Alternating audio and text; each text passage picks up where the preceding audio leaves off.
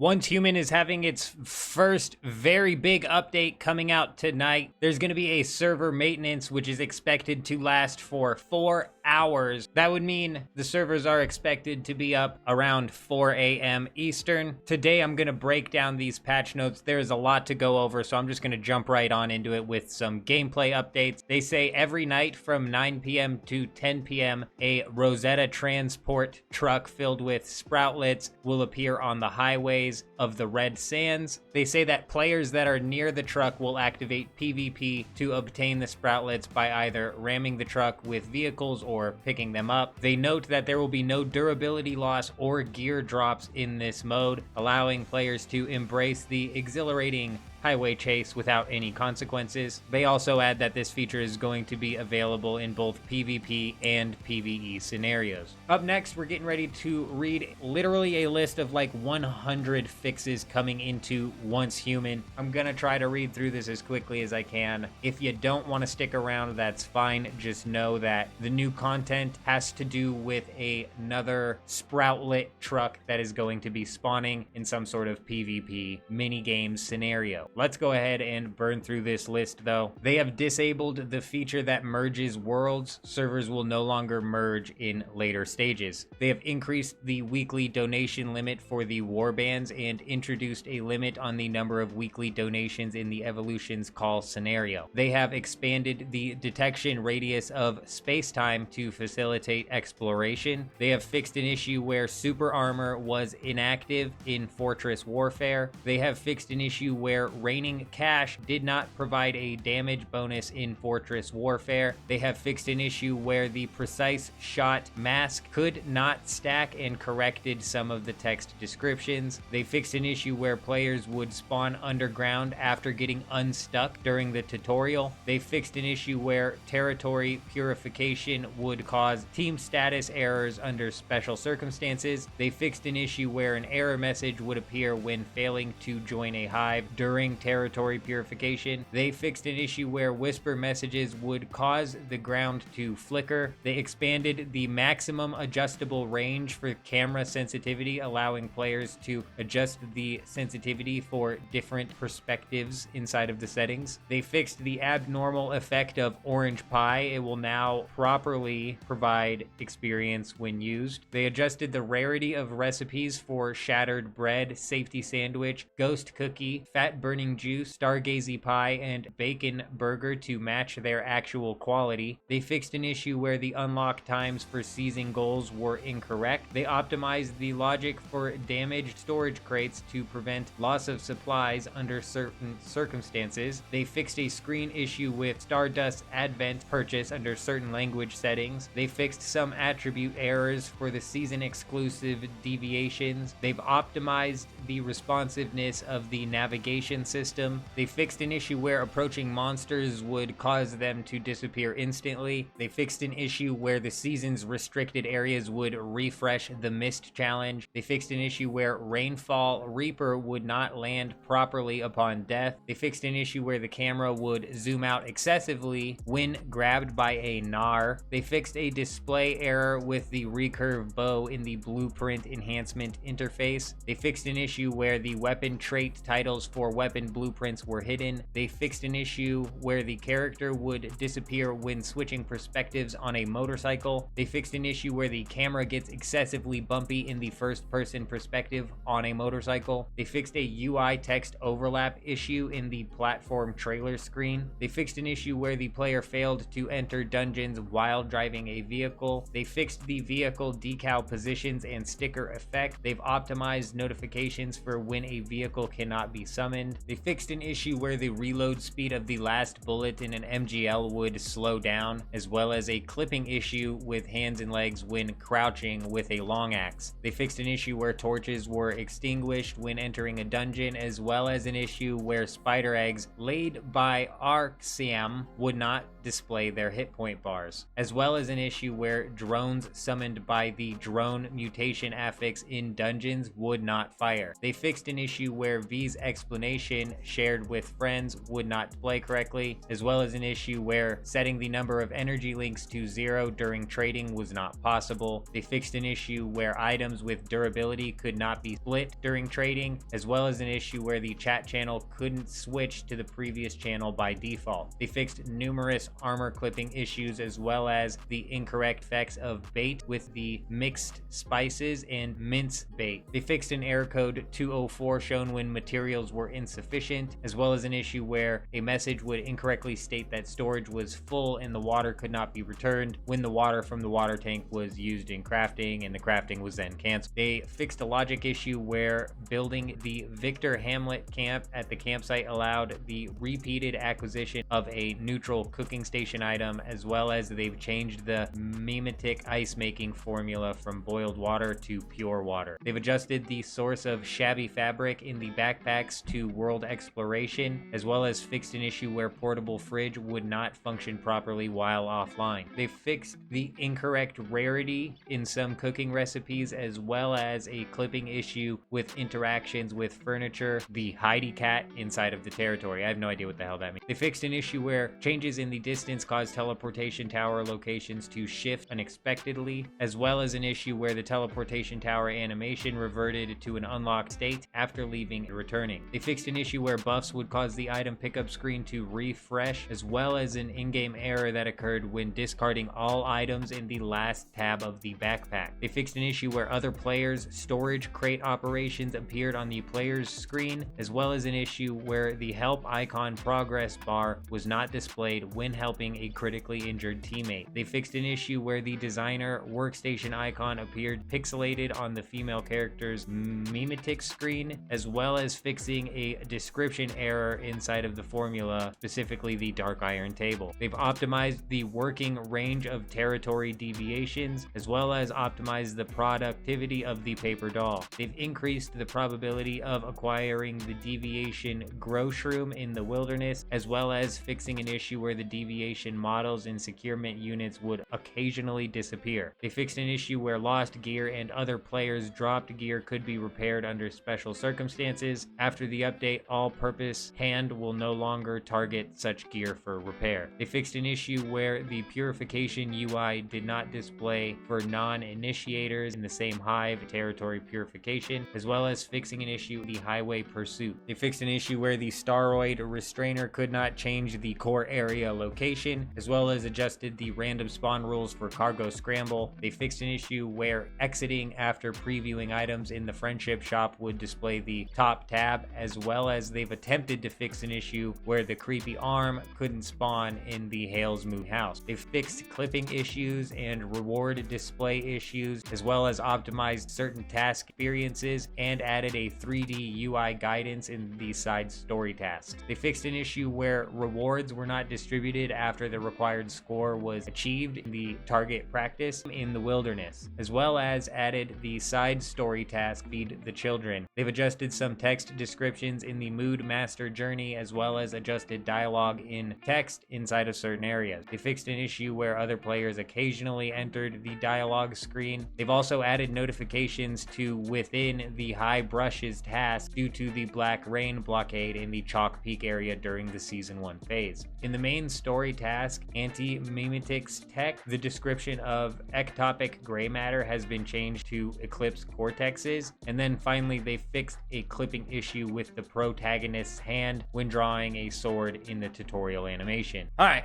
that was insane. That was a lot. Finally, the last thing we have to go over though is new arrivals. There are apparently going to be new items available inside of the shop, a Y2K outfit as well as a Brave Gladiator outfit. They're coming out with a furniture set called Kitty's Whisper and a weapon skin called Glitter Hooves and Ultimatum. I have not taken a look into the shop at all. Let me know down in the comments how that's all going. Also, let me know where you guys are at inside of Once Human, but that is all of the information that I wanted to break down in this video. I hope you guys have an amazing day. I'm out.